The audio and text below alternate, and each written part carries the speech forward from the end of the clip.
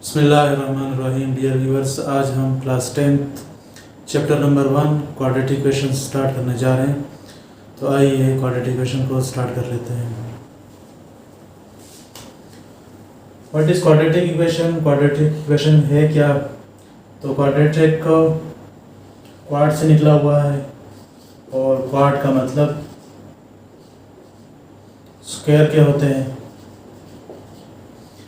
तो ऐसा इक्वेशन कि जिसमें हाईएस्ट एक्सपोनेंट 2 हो तो उसको क्वाड्रेटिक इक्वेशन कहेंगे। जनरली हम लिख सकते हैं ax² + bx + c = 0, और इसमें ax² टर्म 0 के बराबर नहीं हो सकता, तो इसके लिए लाजमी है कि a ≠ 0 हो, और जबकि b और c ये दोनों 0 हो भी सकते नहीं भी हो सकते। B and C may not be 0।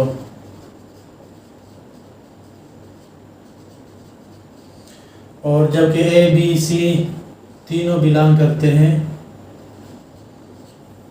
Real number से,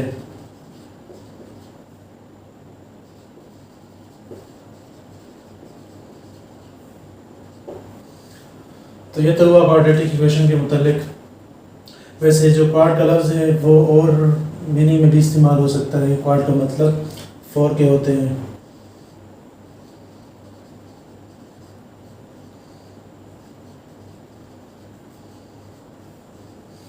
जैसे कि आप ज्योमेट्री में पढ़ते हैं क्वाड्रिलेटरल फिगर्स,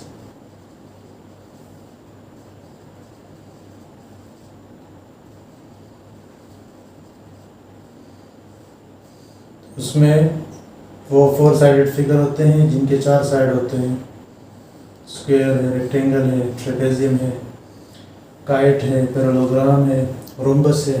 तो ये वो सारे फिगर होंगे जिन्हें हम क्वाड्रिलेटरल फिगर्स कहते हैं।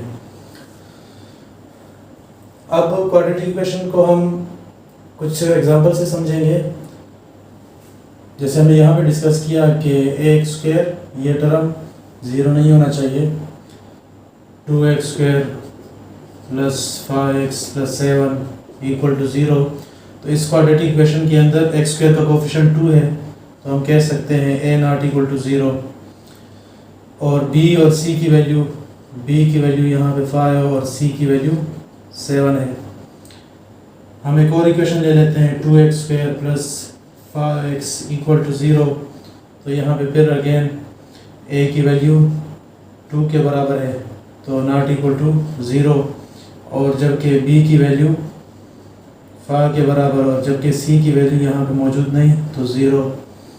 इसी तरह 2x² + 7 हम लिख लेते हैं, ये दो टर्म लिख लेते हैं = 0। तो इसको भी हम क्वाड्रेटिक इक्वेशन कहेंगे, क्योंकि x² का कोफिशिएंट एक नॉन ज़ीरो नंबर है, a = 2 which is not equal to 0, और यहाँ पे b की वैल्यू वो 0 के बराबर है और c की वैल्यू 7 आ रही है। तो इसको भी हम क्वाड्रेटिक इक्वेशन कहेंगे। मज़ीद अगर हम इस तरह लिख लें इस क्वाड्रेटिक इक्वेशन को 2x² = 0, तो यहाँ पे x² का कोफिशिएंट एक नॉन ज़ीरो नंबर है, तो हम लिख सकते हैं a = 2 which is not equal to 0, where b = 0, x वाला टर्म मौजूद नहीं है और कांस्टेंट टर्म भी मौजूद नहीं है, तो c = 0। तो इन तमाम एग्जांपल्स को हम क्वाड्रेटिक इक्वेशन कहेंगे। तो पहले एग्जांपल में a, b, c तीनों जो है ≠ 0 हैं, और दूसरे एग्जांपल में जो c की वैल्यू है वो 0 के बराबर है, और बाकी a ≠ 0 है और b ≠ 0। थर्ड नंबर एग्जांपल में a ≠ 0, b की वैल्यू 0, जबकि c की वैल्यू एक नॉन ज़ीरो नंबर है, और जबकि आखिरी एग्जांपल में a ≠ 0, जबकि b की वैल्यू c की वैल्यू 0 हो सकती है। तो क्वाड्रेटिक इक्वेशन के लिए जो बुनियादी शर्त है वो x² के टर्म का होना है, तो इसके बगैर एक इक्वेशन क्वाड्रेटिक इक्वेशन नहीं कहलाएगा। तो ये हुआ क्वाड्रेटिक इक्वेशन के मतलब। और अब हम इसको कैसे सॉल्व करेंगे, तो सॉल्यूशन की तरफ आएंगे। Solution of quadratic equation.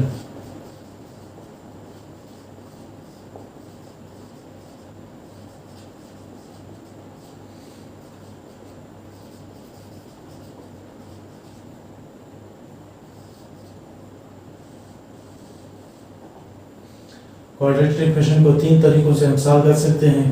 पहला नंबर है बाय फैक्टराइजेशन मेथड,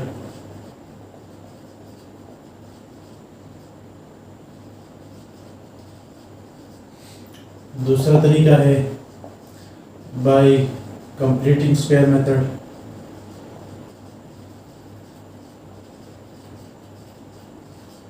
और जबकि तीसरा तरीका है बाय क्वाड्रेटिक फार्मूला।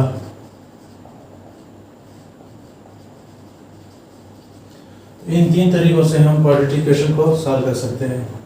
तो एक्सरसाइज में बारी बारी इन तीनों तरीकों पे क्वेश्चन हम करेंगे, फैक्टराइजेशन तरीके से भी, कंप्लीटिंग स्क्वायर मेथड से भी और क्वाड्रेटिक फार्मूला से। तो इंशाल्लाह हम जल्द इसको डिस्कस करेंगे। Importance of quadratic equation.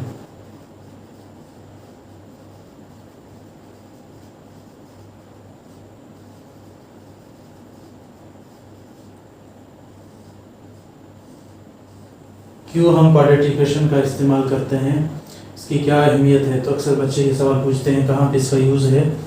तो आपको मालूम होना चाहिए कि जो कन्वेक्स मिरर है, कनकेव मिरर है, इनकी स्टडी में भी क्वाड्रेटिक इक्वेशन का रोल होता है, ये यूज़ होता है। इस तरह अगर हम किसी गेंद को ऊपर की तरफ फेंकते हैं किसी इनिशियल स्पीड के साथ, तो वो फिर कुछ हाइट के बाद वो बॉल रुक जाता है और फिर अपोजिट डायरेक्शन में नीचे ग्राउंड की जाने आता है। तो इसको भी हम क्वाड्रेटिक इक्वेशन की मदद से सॉल्व कर सकते हैं, क्वाड्रेटिक इक्वेशन की मदद से ज़ाहिर कर सकते हैं। और इसी तरह मिसाइल की मोशन है या मोटर की मोशन है, तो उसकी पोजीशन मालूम करने के लिए भी हम क्वाड्रेटिक इक्वेशन को यूज़ कर सकते हैं।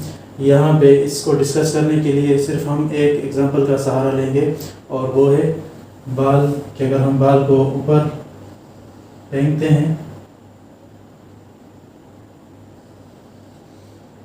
हाइट एज तक,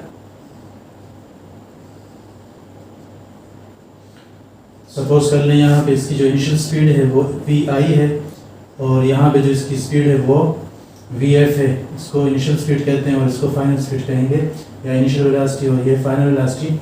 और जबकि ये जब अपवर्ड डायरेक्शन में ये बॉल जाती है तो एक्सेलरेशन के साथ जाएगी, और वो एक्सेलरेशन -g के बराबर है, और g की वैल्यू कांस्टेंट होती है, और ये नियरली 10 मीटर पर सेकेंड स्क्वायर के बराबर होती है। तो a = -10 मीटर पर सेकेंड स्क्वायर के एक्सेलरेशन के साथ या रिटार्डेशन के साथ ये बॉल हाइट h पे रुक जाती है। तो अगर हम इसको ग्राफिकली रिप्रेजेंट करें तो कुछ यूँ होगा, ये टाइम एक्सेस और यहाँ पे ये वर्टिकल हाइट।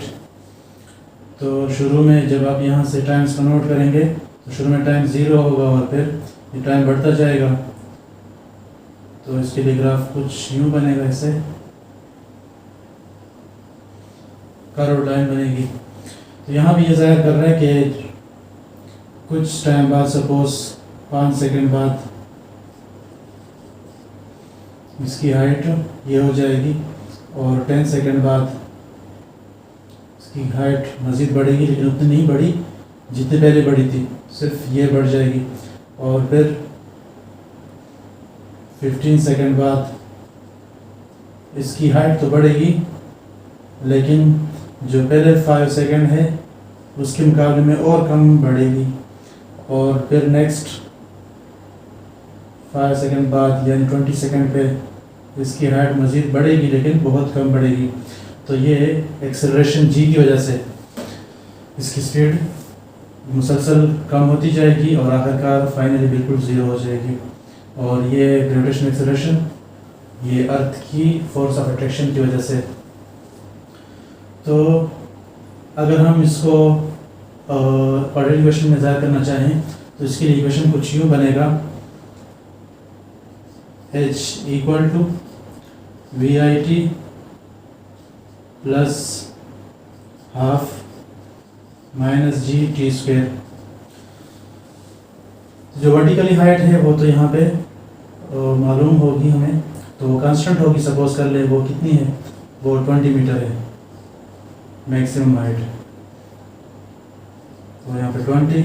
और इनिशियल स्पीड जिस स्पीड से इस गेंद को ऊपर की तरफ फेंका जा रहा है तो वो भी फिक्स होगी। सपोज कर लेते हैं कि वो 5 मीटर पर सेकेंड है, और टाइम t वो वेरिएबल होगा, और प्लस और माइनस इनको मल्टीप्लाई करेंगे तो उससे माइनस आएगा 1/2, और g की वैल्यू कांस्टेंट होती है तो वो नियरली इक्वल टू 10 मीटर पर सेकेंड स्क्वायर होती है।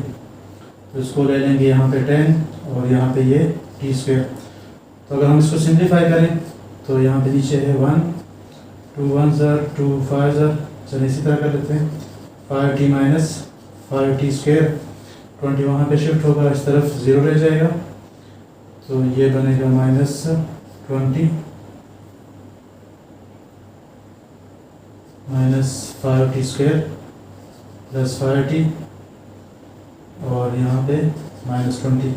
इसको ऑर्डर में कर लेते हैं, -5t स्क्वायर पहले लिख लेते हैं, plus 5t minus 20 equal to 0, और -5t square plus 5t minus 20 equal to 0।